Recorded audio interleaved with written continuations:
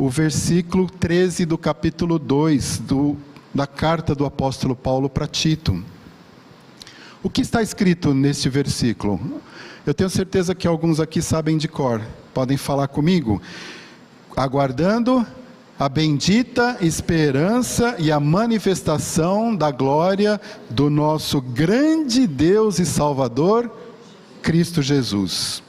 Então, olha que interessante, eu pensei assim, eu não vou falar de nenhum capítulo específico do Apocalipse, mas o Senhor está colocando no meu coração um tema que tem tudo a ver com o que nós temos ouvido ao longo desses domingos pelo pastor Ion. Nós vamos falar hoje de esperança. Muitos dizem, para deixar de lado esse negócio de escatologia, escatologia é um terreno arenoso, é muito complicado, é muito controverso, mas escatologia, meus irmãos, é sinônimo de esperança. Você já pensou nisso? Escatologia é sinônimo de esperança, e claro, de confronto para aqueles que não estão preparados. Deus não quer que nós sejamos ignorantes quanto ao que vai acontecer.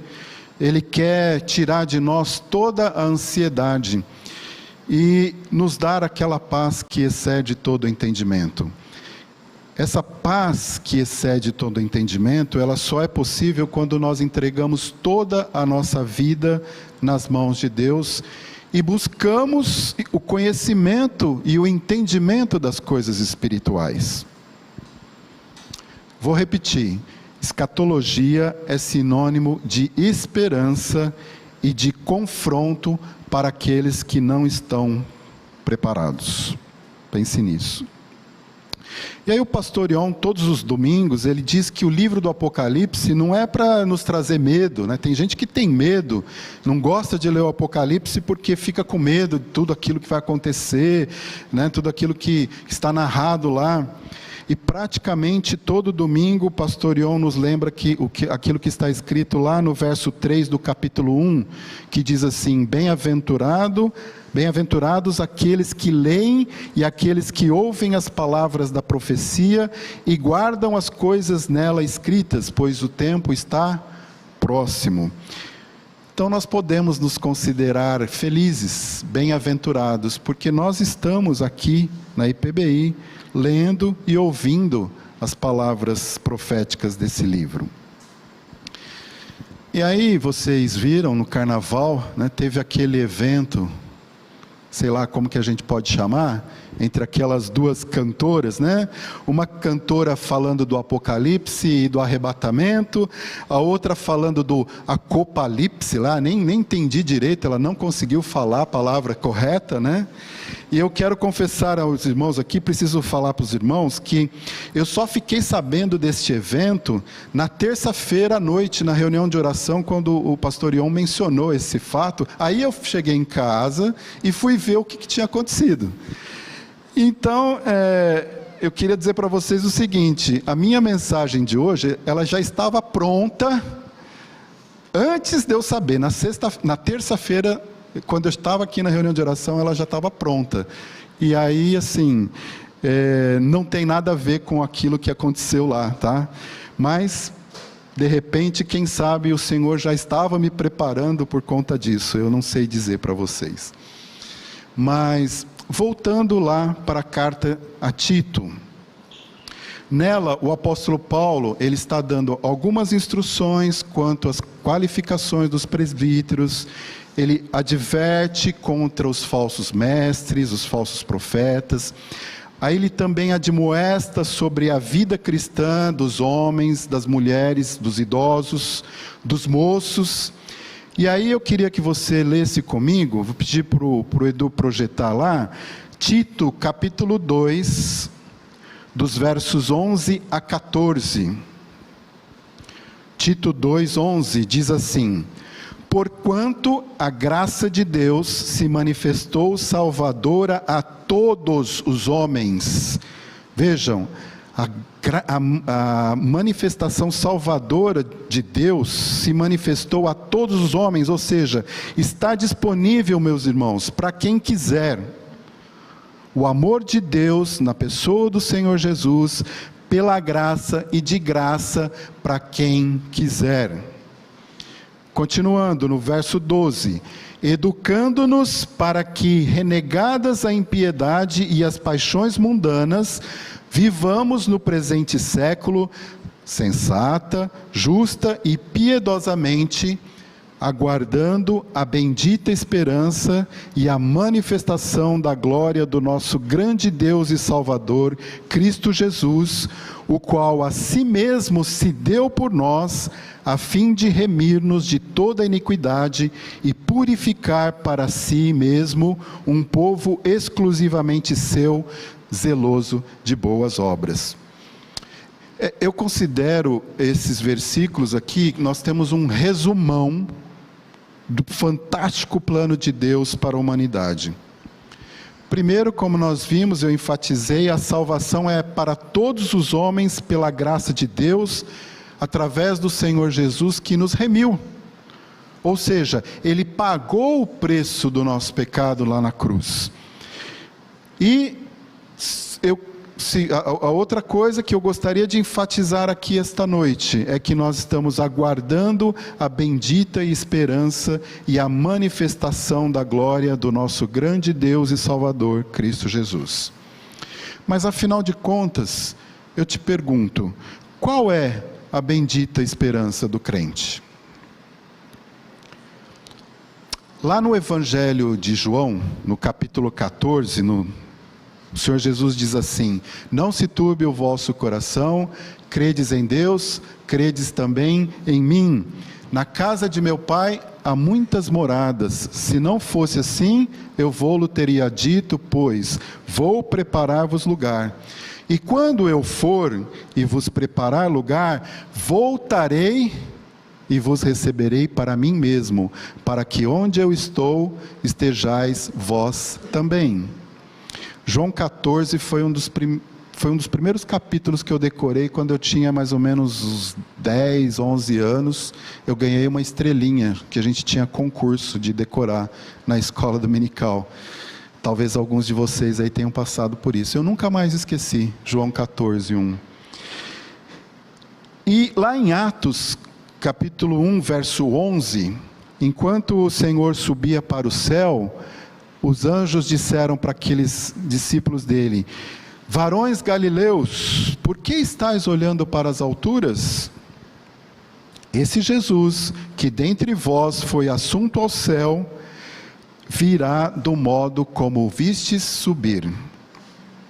Então, meus irmãos, nós sabemos, por promessa do próprio Senhor Jesus, pelos anjos e por várias outras passagens que nós lemos na Bíblia, que o Senhor Jesus voltará.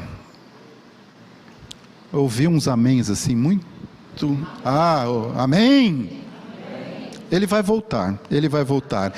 Essa é a nossa bendita esperança. E interessante que a palavra aguardando aqui, ela nos dá a ideia de vivermos cada dia na expectativa de que o Senhor Jesus pode vir a qualquer momento. Aguardando. Agora, quando que isso vai acontecer? Bom, nós sabemos que existem muitas especulações, muitas teorias a respeito do retorno do Senhor Jesus, mas eu gostaria que você parasse agora e raciocinasse comigo algumas coisas importantes para a gente poder responder esta pergunta. Edu, coloca para mim Zacarias 14, 1. Nós vamos ler Zacarias 14, 1 a 4. 14, 1.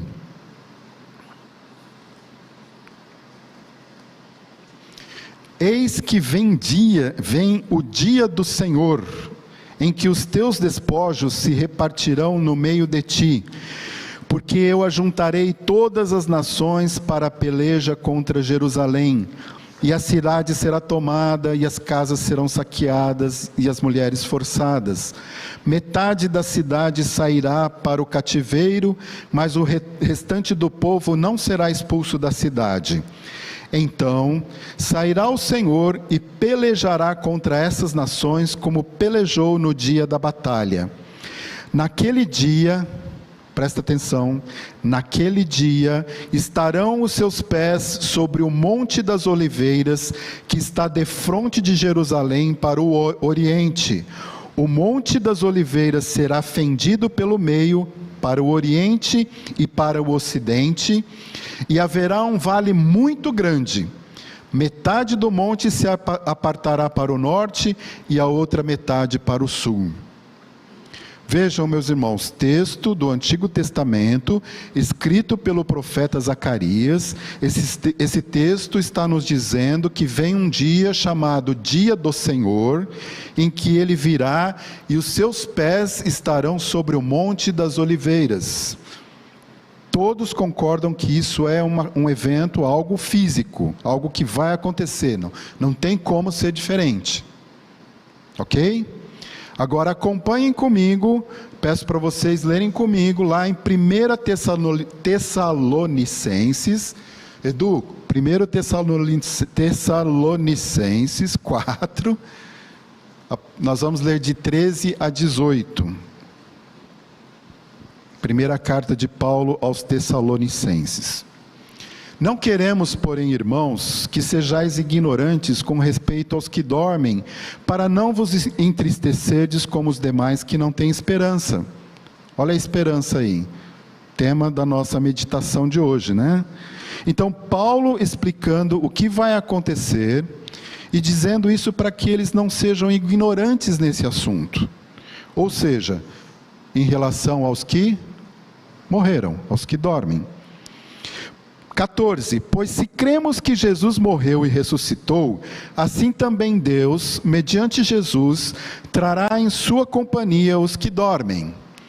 Ora, ainda vos declaramos por palavra do Senhor isto: nós, os vivos, os que ficarmos até a vinda do Senhor, de modo algum precederemos os que dormem.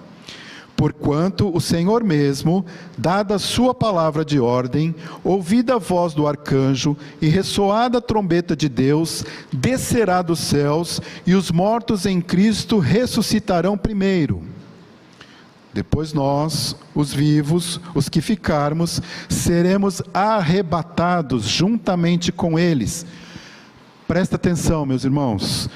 Entre nuvens, para o encontro do Senhor nos ares, e assim estaremos para sempre com o Senhor. Consolai-vos, pois, uns aos outros com estas palavras. Espera lá, eu queria te fazer uma pergunta agora aqui, seja honesto comigo. Como é que nós podemos harmonizar estes dois textos? Lá em Zacarias está dizendo que o Senhor vai colocar os seus pés no Monte das Oliveiras. Vocês sabem onde fica, nós lemos lá, obviamente, em Jerusalém.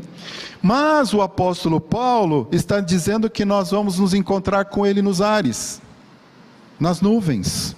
E aí? Como é que a gente pode harmonizar esses dois textos? Para mim, só tem uma resposta. São dois eventos diferentes. São dois eventos diferentes. E detalhe, nenhum deles aconteceu ainda. Percebe que eles têm um público-alvo diferente? Uma mensagem diferente? Um contexto diferente? Então, só podem ser dois eventos diferentes. Que me perdoem aqueles que não concordam comigo, e olha, meus irmãos, são teólogos muito mais conceituados do que o pobre coitado do Marcos aqui. Eu respeito, mas eu não consigo enxergar como um evento só. A Bíblia nos ensina que esses eventos são diferentes, inclusive eles têm nomes diferentes. No Antigo Testamento, nós lemos lá em Zacarias, dia do Senhor. Essa frase, dia do Senhor, ela aparece 24 vezes no Antigo Testamento. No Novo Testamento, somente 3 vezes. Por outro lado, nós temos no Novo Testamento a frase dia de Cristo, principalmente nas cartas paulinas. Então, meus irmãos, para mim, como eu disse, são 2 eventos diferentes. Deixa eu mostrar uma coisa para vocês aqui. Edu, Jeremias 46:10. O Edu vai trabalhar bastante hoje, Edu. Jeremias 46:10 diz assim: porque este dia é o dia do Senhor, o Senhor dos exércitos, dia de vingança contra os seus adversários.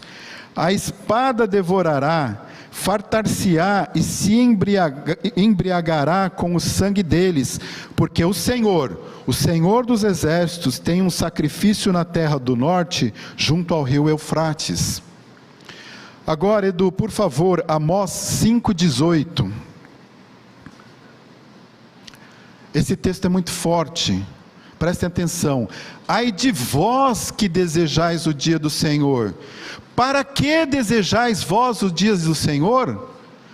Porque é dia de trevas e não de luz. Pastor Ion mostrou para nós o dia do Senhor nos acontecimentos narrados no livro do Apocalipse. Agora eu queria que vocês lessem comigo Filipenses, no capítulo 1, dos versos 3 a 6, que diz lá em Filipenses 1:3: dou graças ao meu Deus por tudo o que recordo de vós, fazendo sempre com alegria súplicas por todo vós em todas as minhas orações, pela vossa cooperação no Evangelho, desde o primeiro dia até agora. Estou plenamente certo de que aquele que começou boa obra em vós, há de completá-la até ao dia de Cristo Jesus. Meus irmãos, nós lemos propositadamente o texto lá em 2 Tessalonicenses 2, né? O nosso irmão Rogério conduziu a leitura.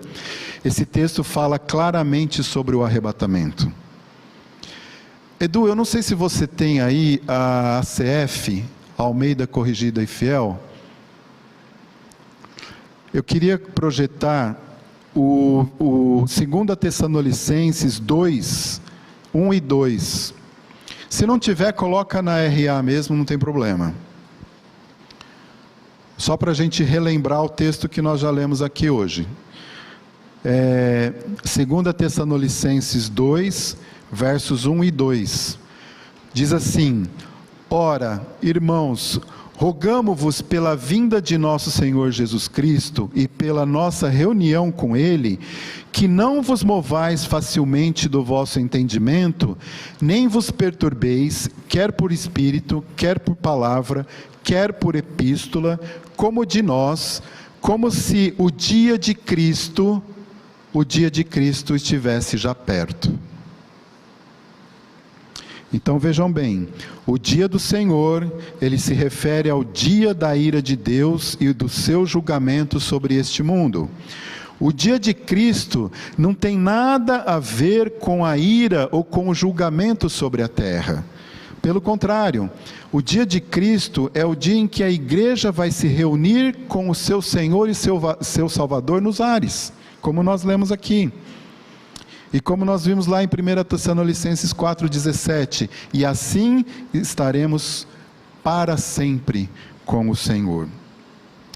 E nós costumamos chamar esse evento de arrebatamento. Uma maneira interessante de nós vermos a diferença desses 2 eventos é pelos contrastes entre eles. Eu vou citar apenas alguns rapidamente.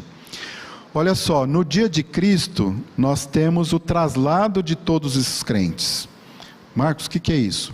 Vou falar daqui a pouquinho, eu vou explicar quando a gente lê 1 Coríntios 15. No dia do Senhor, não é mencionado nenhum traslado. No dia de Cristo, os santos transformados vão para o céu. No dia do Senhor, e nós vamos ver isso com o pastor Ion domingo que vem, os transformados voltarão com o Senhor do céu. No dia de Cristo, a terra não é julgada. No dia do Senhor, a terra será julgada. O dia de Cristo envolve apenas os crentes. O dia do Senhor afeta toda a humanidade. O dia de Cristo será antes da ira, do dia da ira. O dia do Senhor vai concluir o dia da ira. No dia de Cristo, Ele vem nos ares, mas no dia do Senhor, Ele vem na terra, no Monte das Oliveiras. Deu para perceber que são eventos diferentes? E eu achei engraçado que a Baby, ela disse lá que simplesmente ela obedeceu a Deus, né? Que Deus falou lá no ouvido dela, para ela falar aquilo que ela falou, e ela falou. E se isso for verdade, eu não estou aqui para julgar ou não, eu pensei duas coisas. Primeiro, Deus está confirmando o arrebatamento. Se Deus falou no ouvido dela que vai ter um arrebatamento, então Deus está confirmando o arrebatamento. Nós vimos aqui na palavra dele. Apesar de, mesmo assim, terem muitos grandes teólogos que continuam negando o arrebatamento. De novo, eu respeito, mas não é o que eu leio na palavra de Deus. A segunda coisa que ela disse me deixou um pouco triste, porque ela disse que pode acontecer daqui 5, 10 anos. Ó Senhor, eu queria que fosse hoje. Eu achei que ia ser o ano passado, né? Quem me acompanhou aqui na escola dominical, todo domingo eu orando aqui em Maranata, né? Mas então, Marcos, quando que vai ser o arrebatamento? Bom, aqui nós temos um outro problema, né? Porque isso é discutido há séculos. Só para resumir, nós temos aqueles que creem que será antes da tribulação, aqueles que creem que será no meio da tribulação, e aqueles que creem que será depois da tribulação. Irmãos, eu queria dizer para vocês que essa é uma doutrina periférica, ou seja, ela não está no grupo daquelas doutrinas básicas, por exemplo, a divindade do Senhor Jesus, né, a salvação pela fé, a triunidade, né? Mas tanto o pastor Ion, eu, e creio que a maioria daqui crê que o arrebatamento será antes da tribulação. E por quê? Em primeiro lugar, nós precisamos lembrar que a tribulação nada mais é do que a 70ª semana de Daniel, que está diretamente relacionada ao povo de Israel. Nós estudamos as 70 semanas de Daniel aqui em profundidade. Em segundo lugar, nós precisamos lembrar o objetivo da tribulação. Nós temos vários versículos que esse período é chamado de ira do Senhor, ira do Cordeiro, ou seja, será um tempo de juízo, como nós temos visto com o pastor Ion nos seus sermões sobre o Apocalipse. E nós temos, na palavra de Deus, na Bíblia, promessas explícitas que a igreja será livre da ira. Por exemplo, Romanos 5, 8 e 9... Romanos 5, 8, 9 diz assim: mas Deus prova o seu próprio amor para conosco, pelo fato de ter Cristo morrido por nós, sendo nós ainda pecadores. Logo, olha o logo aí, fazendo a conexão, logo, muito mais agora, sendo justificados pelo seu sangue, seremos o quê? Por ele salvos da ira. 1 Tessalonicenses 1:10, nós lemos: e para aguardardes dos céus o seu Filho, a quem ele ressuscitou dentre os mortos, Jesus, que nos livra da ira vindoura. E ainda em 1 Tessalonicenses 5:9. Esse texto, além de explícito, ele é autoexplicativo. Ele diz assim: porque Deus não nos destinou para a ira, mas para alcançar a salvação mediante nosso Senhor Jesus Cristo. E nós vimos também com o pastor Ion, quando ele pregou sobre o capítulo 3 do Apocalipse, lá, Apocalipse 3:10, diz assim: porque guardaste a palavra da minha perseverança, também eu te guardarei da hora da provação que há de vir sobre o mundo inteiro, para experimentar os que habitam sobre a terra.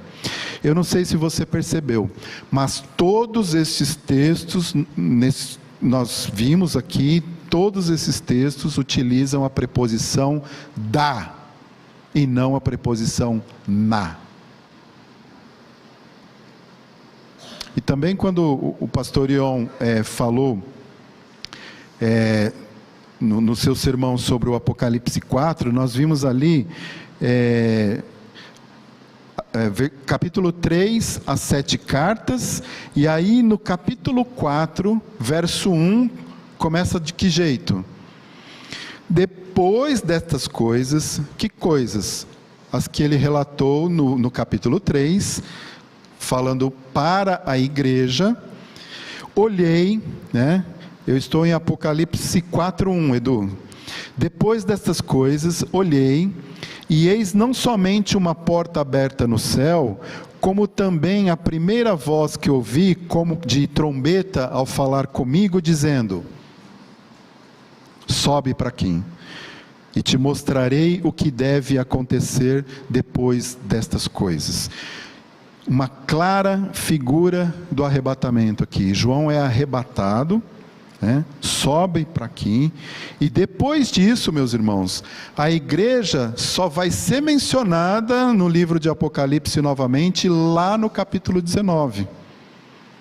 Te convido a vir aqui domingo que vem, o pastor Ion vai trazer o capítulo 19 para nós. Então, eu vejo alguns mestres ensinando que isso é uma doutrina que apareceu somente no século XIX, que os apóstolos não ensinavam esse arrebatamento pré-tribulação. Tem até um pastor famoso, muitos seguidores nas redes sociais, ele inclusive fez um vídeo depois desse evento das duas cantoras lá, afirmando que não vai ter arrebatamento. Ele não crê no arrebatamento, porque isso é um ensino que começou lá no século XIX. Irmãos, de novo, eu respeito, mas nós temos sim registros de irmãos que acreditavam no arrebatamento antes do século XIX. Existem sim relatos, mas isso não importa. O que importa é o que a palavra de Deus nos diz. Você concorda comigo? Então vamos estudar e vamos ver o que a palavra de Deus nos ensina sobre isso. E aí eu vou pedir para voltar, nós vamos voltar ao texto lá de 2 Tessalonicenses, no capítulo 2, eu vou ler de novo os versos de 1 a 3. Presta atenção, irmãos, no que diz respeito à vinda de nosso Senhor Jesus Cristo e à nossa reunião com Ele, nós vos exortamos a que não vos demovais da vossa mente com facilidade, nem vos perturbeis, quer por espírito, quer por palavra, quer por epístola, como se procedesse de nós, supondo tenha chegado o dia do Senhor. Presta atenção, ele está se referindo ao dia do Senhor, dito lá no Antigo Testamento. Ninguém de nenhum modo vos engane, porque isso não acontecerá, sem que primeiro venha a apostasia, e seja revelado o homem da iniquidade, o filho da perdição. E aqui eu queria pedir para os irmãos acompanharem o seguinte raciocínio comigo. A palavra apostasia aqui, Veja, ela não está seguida da frase da fé. A palavra apostasia, sem ser seguida da fé, ela significa simplesmente separação, retirada, remoção. Lá em 1 Timóteo 4:1, está escrito assim: ora, o Espírito afirma expressamente que nos últimos tempos alguns apostatarão da fé, por obedecerem a espíritos enganadores e a ensínios de demônios. Olha, presta atenção, aqui está falando apostatarão da fé. Então nós entendemos que aqui está dizendo que alguns vão se separar da fé, vão se afastar da fé, eles apostatarão. Mas lá em 2 Tessalonicenses, Edu, se você puder voltar lá para mim, 2, versículo 3, 2 Tessalonicenses 2:3, presta atenção que não tem o da fé aí. O contexto aqui, coloca para mim o verso 1, o contexto aqui é, no que diz respeito à vinda de nosso Senhor Jesus Cristo, e o que? A nossa reunião com Ele, reunião com o Senhor Jesus. Aquele evento que lá em 1 Tessalonicenses 4, Paulo disse para os Tessalonicenses que nós vamos nos encontrar com Ele nos ares. E aí eu queria dizer para vocês o seguinte, né? O que acontece? Os crentes de Tessalônica, eles estavam passando por muitas tribulações, muita perseguição, muitas dificuldades. E o apóstolo Paulo tinha escrito a primeira carta que nós lemos aqui, né? Ele escreveu para eles dizendo que os crentes seriam arrebatados.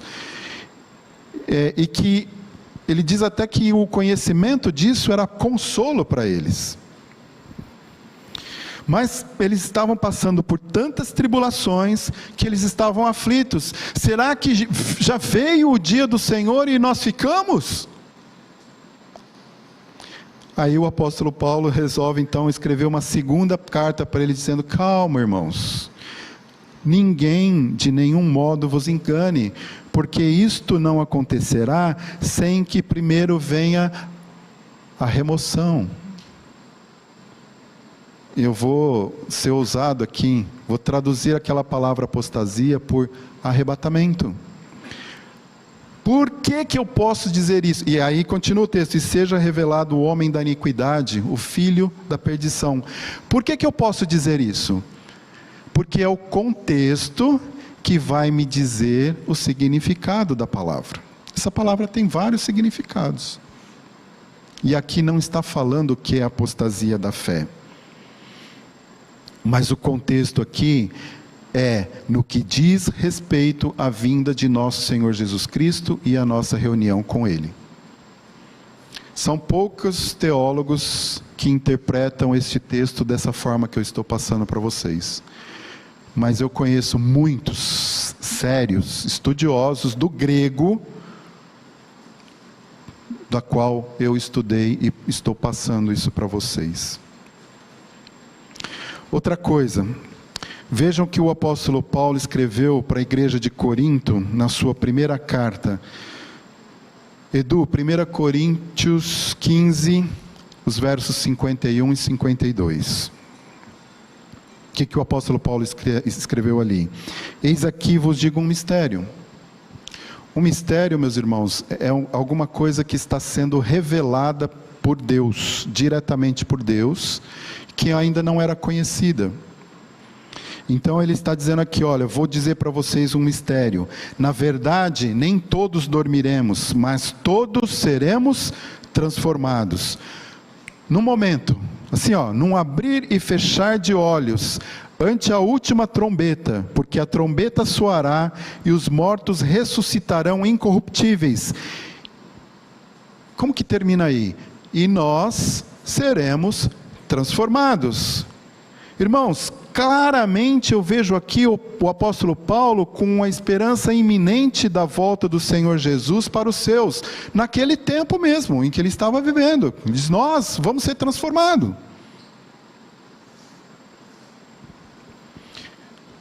E vocês se lembram na carta de Tessalonicenses, lá, versos 4 e 18, que isto seja consolo para vocês.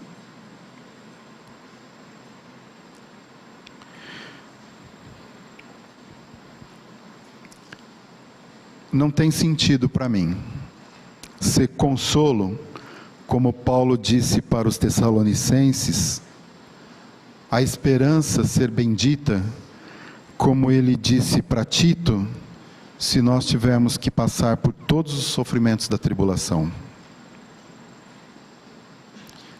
Lá em Romanos 5:1 diz que justificados nós temos paz com Deus. Sabe o que significa isso? Que todo o nosso escrito de dívida foi pago naquela cruz e que o Senhor vai nos livrar do dia da ira. Amém. O arrebatamento é um evento iminente, ou seja, ele pode ocorrer a qualquer momento. E a pergunta que eu queria deixar aqui para você, essa noite, isto é uma bendita esperança para você? Você está preparado? Você consegue imaginar esse evento? Os mortos em Cristo ressuscitando, os corpos sendo transformados, e para quê? Para vivermos para sempre com Ele. Uau! Que essas palavras sirvam de conforto e de esperança para você, e te dê a paz. Maranata, ora vem, Senhor Jesus.